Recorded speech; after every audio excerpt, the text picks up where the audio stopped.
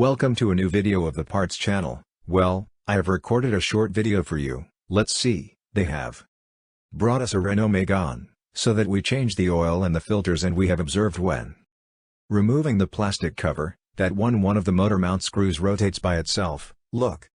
There you see, it is rotating because it does not thread. We have told the owner and he tells us that he has been observing this for months and has not done anything. Let's see, this is very dangerous, okay?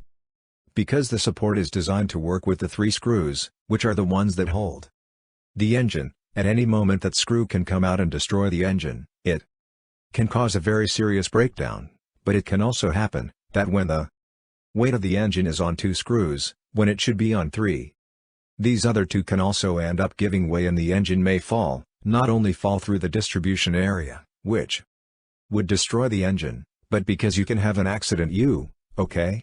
Be careful with these things. Which is not the first time we have seen accidents, even fallen engines, also on the distribution side and blown up. Be careful with these things. Well, here I leave you this video.